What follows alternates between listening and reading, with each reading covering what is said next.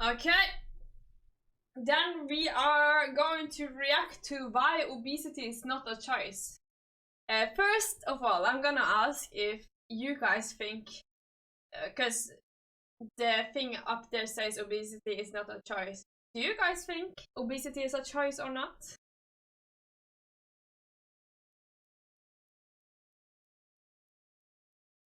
I chose obesity a little. Yeah, I don't know, but like in general, I think obesity is a choice, but I can understand if you're not educated to understand how to lose weight, etc., then obesity can be harder to do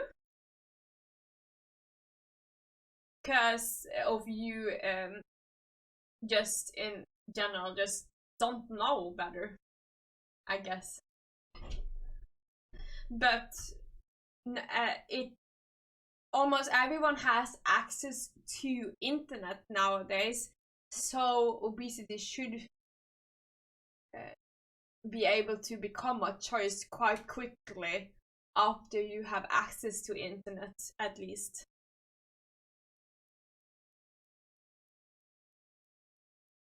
Responsible to say that all cases of obesity is a choice. Yeah, that's also true because for example, if you're a kid and you grow up with parents that are basically very obese and they give you a lot of food too, so you also become obese, is it then the kid's choice, or is it parents that actually are bad parents? Because then it's basically not the kid's fault, and it's much harder for a kid that grows up with being obese to lose the weight when they are an adult. But yet again, when you're an adult, you still have access to the internet, so you still have the choice when you are old enough to figure out how it is.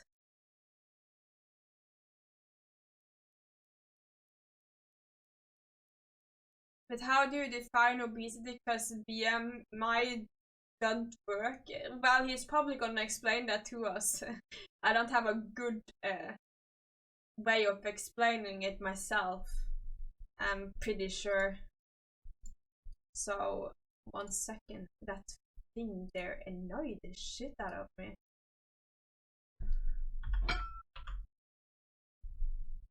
That go away now? Almost. Am I cutting the wrong side? This one thing in the corner there annoyed the shit out of me.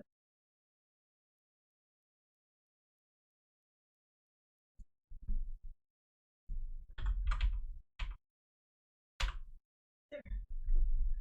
Thank you. To be honest, I can't gain weight even if I try, so it is whatever. That's nice in some sort of way, but not for gaining muscles, of course. It's understandable.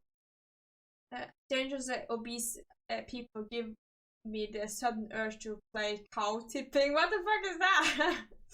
Obesity is a byproduct condition of lifestyle and diet choices, but some people are more inclined to be fat genetically, or they are brought up in conditions that set them up to be fat. Nature versus nurture. Also, some hormonal meds shoot up appetite, essentially weight control, hunger control. So, kind of I can see why some people are more likely to be fat, but ultimately they can reverse all of those easily. Yeah, I agree that it is harder for some people than others to lose weight. Uh, and for some it's very hard, but that's still like 1% that struggle a lot with losing weight, and they have the excuse for not being able to really. But 99%, I guess, still can lose weight. It's kind of true. And not everyone has the same relationship with food, kind of like how there's a neurological aspect to additions. Yeah, wow, just chatting streamer coming true. Yeah, soon bathtub is ready, you know, and bikini time. I'm gonna show my hairy chest to everyone. The older you get, the harder it is to lose weight. True. Please, no. Oh, yes. And then we need OnlyFans too. But yeah, that's also true. But you still can lose weight and you still have possibilities to do it. It is often about what you prioritize, if you prioritize losing weight or not, of course. But yeah, I'll be starting the video now. And I will pause it under the way.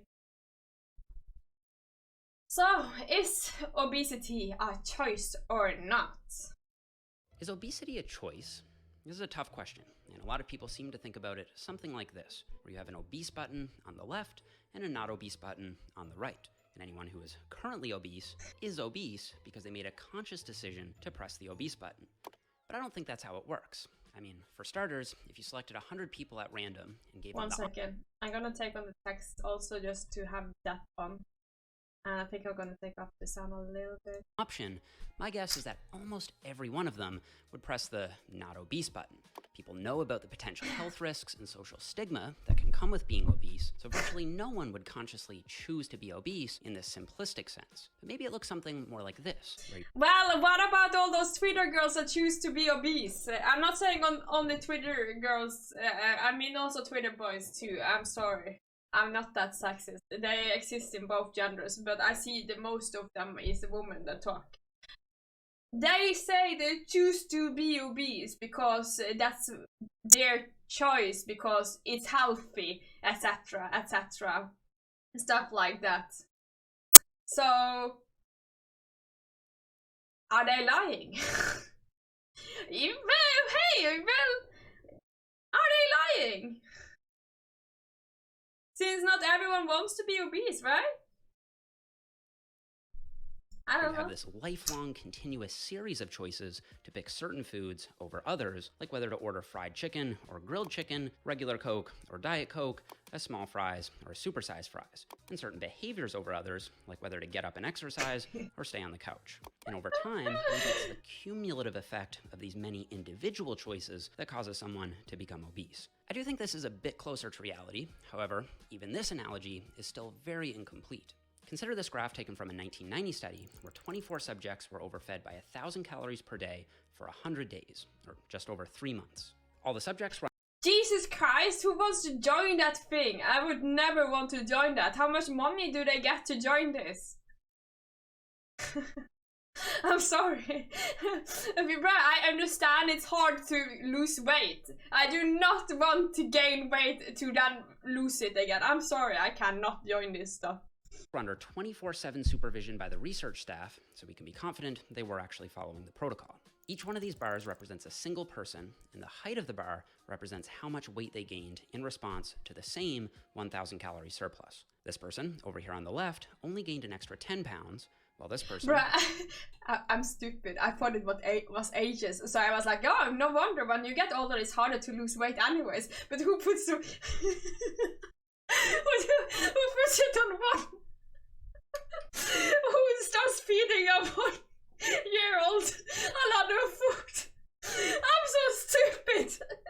Oh my god. Okay, I'm sorry. I'm gonna...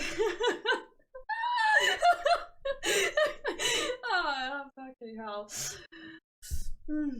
Over here on the right, gained an extra 30 pounds while eating the same 1,000 calories extra per day. This could be due to a number of factors, but a big one is genetic differences in metabolism. Looking at this later study from 2018, True. you can see that just like there are large differences in weight gain, there are also large differences in how many calories people burn at rest. Just sitting on the couch, doing nothing at all, this lucky person over here burns about 150 calories more than metabolic equations predict, and this person on the left would burn 250 calories less than metabolic. Yeah, but it's like... getting sleep helps for metabolism. Getting a lot of sleep helps for metabolism. I'm not getting enough sleep, for example. I struggle with metabolism in that genre, and in general, I do struggle to lose weight if I don't think like about what I'm eating and stuff like that. Actually, and I need to work out a lot. I cannot get enough sleep. It's because I need to work and everything. It's hard to get enough sleep, really. And I think that is also a big issue for people actually being able to gain weight too. Metabolic equations predict. In other words, if none of these people exercised at all, this person would still burn about 400 calories more per day than this person. So, going back to the buttons, a small fries from McDonald's has about 200 calories, and a supersized fries has about 600 calories. All else being equal, that's a 400 calorie surplus if you choose to supersize. But this person also burns 400 calories more. So through no action of their own, they could choose to supersize every time, and their net caloric balance would be exactly the same as this other person who chooses the small fries. But this only considers resting energy expenditure, the number of calories you burn at rest. People also burn calories through exercise, the thermic effect of food, and something called non-exercise activity thermogenesis, or NEAT. And the NEAT component of metabolism can vary dramatically between individuals, even more than resting energy expenditure. NEAT refers to the calories you burn from daily activities that aren't actual exercise. So stuff like fidgeting, tapping your feet, etc. And even though you can somewhat modify your NEAT levels by making an extra effort to move around a bit more throughout the day, NEAT is still largely subconsciously regulated in the brain, and it's dynamic. So if you have a genetic predisposition for low NEAT, you aren't very hyperactive, and you don't fidget much, and let's say you tried to force yourself to fidget more, in many cases, your brain would... It does mouth movement. It does mouth movement instead of NEAT. Because I do that a lot when I play Tekken and other stuff. Is that something that is good for losing weight? Yeah, I'm doing exercises with my face all the time. And I'm 1 second, I'm gonna thank you after. Find a way to lower NEAT someplace else. So NEAT is, to a significant degree, outside of your control, and it can differ enormously between individuals. This study from Levine and colleagues overfed participants by 1,000 calories per day for 8 weeks and found that NEAT levels ranged from -98, they actually moved around less, to plus 692 calories per day. This means that while both of these subjects ate an extra 1,000 calories per day, this person quite literally fidgeted off about 700 of those extra 1,000, while this person actually fidgeted less, meaning their body had to deal with all those extra 1,000 calories eaten, plus a little more. So clearly, anyone who's... Yeah, that's interesting, because if I think about my sister, she's even more energetic than me, so she's probably doing even more NEAT stuff than me, and she struggles to gain weight. So probably there is some things there that is actually true in that matter too, I agree. Because I can see her in so many different positions. Like if she sits and watches Netflix, she is first in one position and then she's in a totally other one. Like she's all over the place and she uses the whole couch while watching Netflix. Who's been genetically blessed with a high resting metabolic rate and high NEAT levels can choose to press the junk food button many more times and still maintain a lower body weight compared to someone who's not as metabolically gifted. And this matches with our everyday experience. We all know someone who can eat whatever they want and remain almost inexplicably thin, and we all know someone who's tried every diet book on the shelf yet remains overweight. Now, most people... Yeah, but I don't... Like, remains overweight, like, it's also... No, we should not excuse it on only NEAT being overweight, though. I'm pretty sure that's not what it means, but, like... There is multiple, like you're saying, I've tried every type of diet. I do not believe, because I see people that say that, and then I see them going for that fucking chocolate bar, that fucking cookie, that everything, etc, etc. And I don't see them working out much either. Like, it's just, I see that so many times. And then they are still overweight. And they wonder why. Like, and then also, like, for example, assuming a lot of alcohol, stuff like that too, they also do. Like, they go out on hitting the town, partying, so they struggle to do anything, like, useful the next day, etc, etc. I'm not talking about me, But I do go on diets, but not like this type. They say she's tried every diet.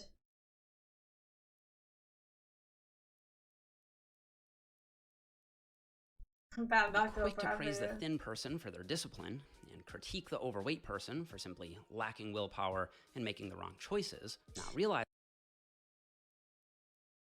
But still, like, it's not like I'm shaming, but it's you can lose weight. We should not protect them for it is totally possible to lose weight even though if you don't have this neat function.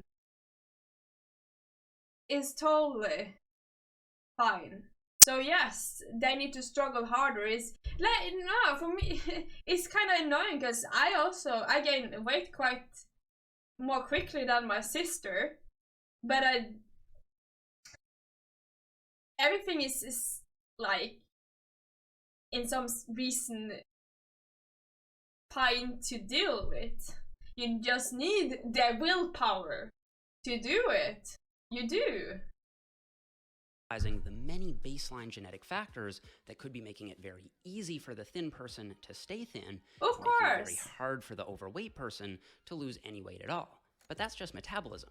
There's another big factor here, which is hunger. Research also shows that some people simply experience more hunger than others in response to dieting. Some people feel like they're constantly fighting their body's urge to eat more, while others feel more normal hunger. So what they are doing is actually, oh, they are dieting. Oh my god, I'm actually hungry. Okay, I'm gonna take a little bit more, you know, instead of just eating less.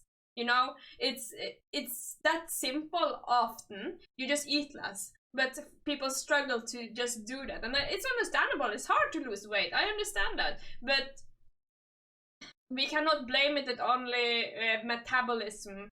And we cannot be angry at the skinny person for them being able to hold their weight and we are not. After meals and picks up as it gets closer to mealtime. Just consider this hunger study from 2013, which looked at the difference between eating a high-fat meal and a low-fat meal. Now, it turns out both the high-fat meal and the low-fat meal were able to suppress hunger very well on average. However, when that average trend was split up into individual subjects, you suddenly see this huge disparity between individuals. Some people were still quite hungry after eating the meal, others felt very full. And since hunger is what naturally drives food intake for most people, we once again see this. And also, like, after my own experiences, for example, if you get used to eating less food, then you will struggle to, then you will feel less hungry. But in the start, you will always feel hungry, is the way that I see it. And that is also shown on, have you guys seen the very fat versus very skinny? Where they force, like, they change diets and they force the very skinny person to eat what the very fat person is eating and opposite. And what you often see there is basically that in the start it's super hard for the very fat person to eat that little and is hungry all the time. But after a while he gets used to it, you know, and he understands and he struggles to eat his normal food because that's too much. And for the very skinny person too, he gets stuffed very easy and struggles so much in the start. But after a while, he actually manages to eat everything on the plate, and it just because he gets used to it often. Someone who still feels very hungry after a meal will have a harder time. Yeah, actually, that's super interesting. It's UK. So we've covered two genetic factors explaining why weight gain happens to some people more easily than others, even given the same food and exercise choices. But there are still so many other biological factors that can play a role, such as whether or not you take certain medications that can increase appetite and water retention. There are also neuroendocrine conditions that can impact weight gain through hormones and metabolism. Then there's pregnancy and menopause, which have hormonal and metabolic impacts, and physical disabilities, which makes burning calories through NEAT and exercise more challenging. Now, of course, all of this doesn't mean that calories in, calories out only works for some people. It is a simple fact that obesity results from eating more calories than you burn. Tightly controlled metabolic ward experiments repeatedly confirm that caloric intake is the driver of both fat loss and fat gain. So this means that anyone who is obese got obese by eating in a sustained caloric surplus over time. It's just that avoiding that sustained surplus is so much harder for some people than it is for others, and for reasons that are beyond their choosing. And this is why I think it's incorrect to reduce all of these factors down to a simple choice to be obese or not. Because if that were the case... Yeah, it's actually funny because a lot of people actually get quite fat. I saw the pregnancy thing. Because this is so funny because I think I'm gonna be the same. Like, I'm gonna be a chubby pregnant woman. I'm gonna be a chubby pregnant woman for real. Because when I'm on pregnancy, I don't care what I'm eating. Okay, I'm gonna lose it after, but I'm pretty sure I'm gonna look so chubby at that stage. Like, I'm gonna be like this and everything.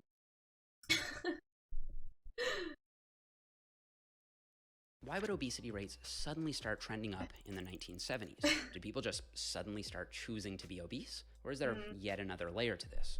Well, no. Of course. I don't think that the spike was due to more people choosing to be obese, but rather from the fact that high-calorie foods became so much more readily available for cheaper prices, meaning more people had more access to delicious, highly processed, high-calorie foods. And this leads us into the whole other side of this, which is the environmental factors. So entirely apart from the genetic and biological factors that we just went through, there are also environmental factors that... I agree about that thing, because like I said in the start of the video, basically that we are influenced by the education we are getting around us about these different themes.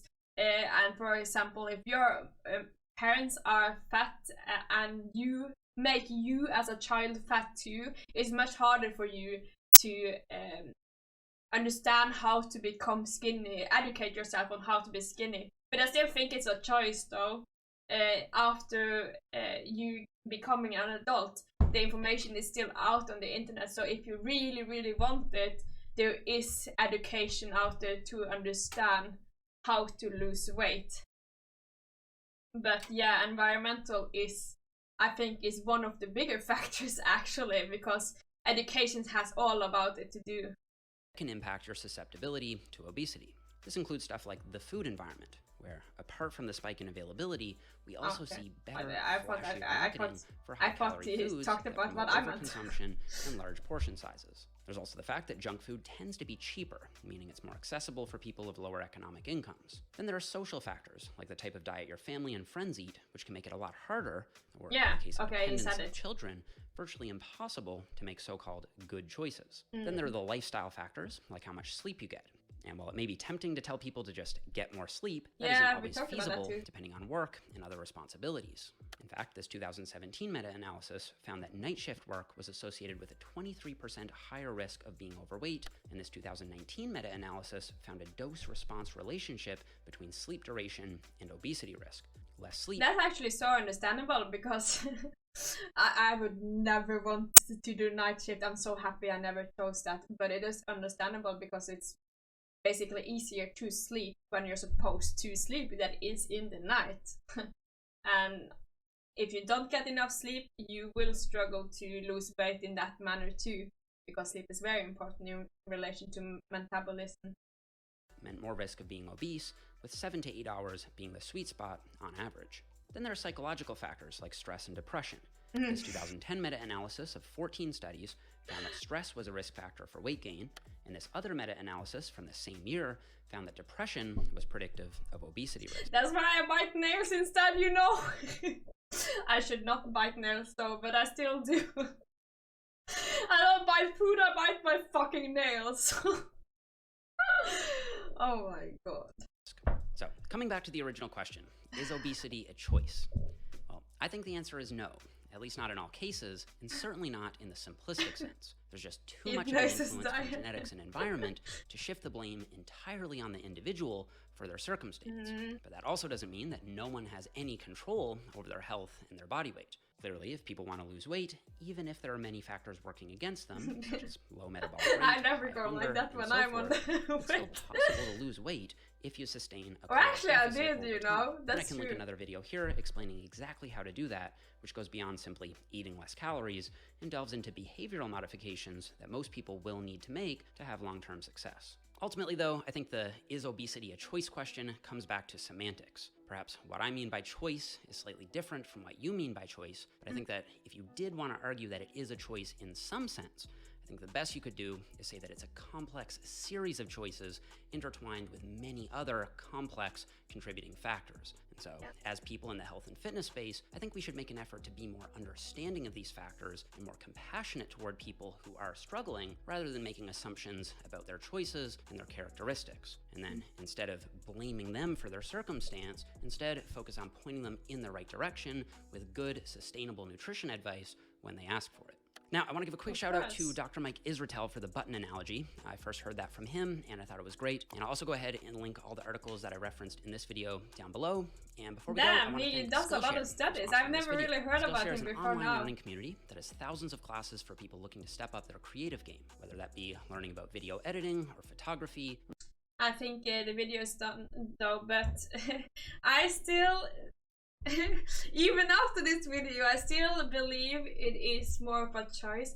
For us, not saying it's not a choice will enable more of these fucking Twitter men that are going at it and talking like I cannot do anything about me being fat.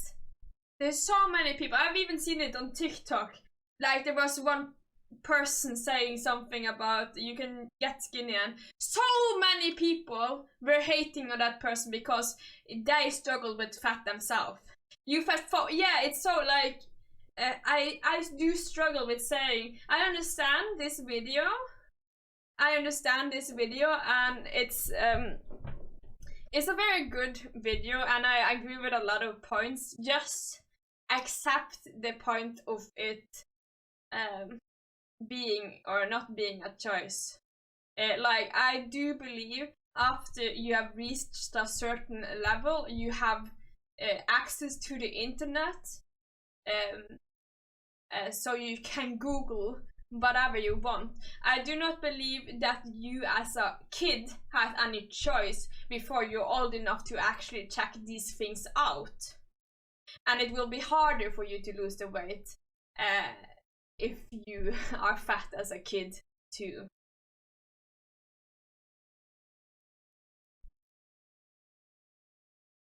So getting fat isn't necessarily a choice, but staying fat is.